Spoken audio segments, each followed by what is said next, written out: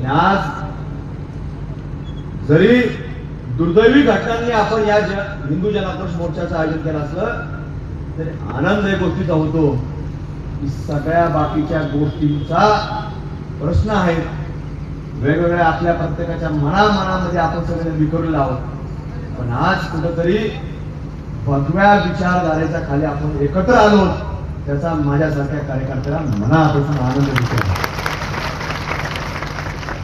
ज्या ज्या वेळेला कुठलंही संकट येत असेल, आता ते निवेदक सारखं बोलत होते, या आमच्या जातीचा आमच्या जातीचा आपण एक आला तर बरोबर बोलतात. तर इथून पुढच्या काळामध्ये एकच शब्द आला पाहिजे, हिंदू. फक्त हिंदू आला पाहिजे, बाकी काही आला नाही. कारण या देशाची अखंडता कशामध्ये आहे? भारताची संस्कृती काय? तो कुठल्याही धर्माचा जरी असला तर ती संस्कृती हिंदू आहे.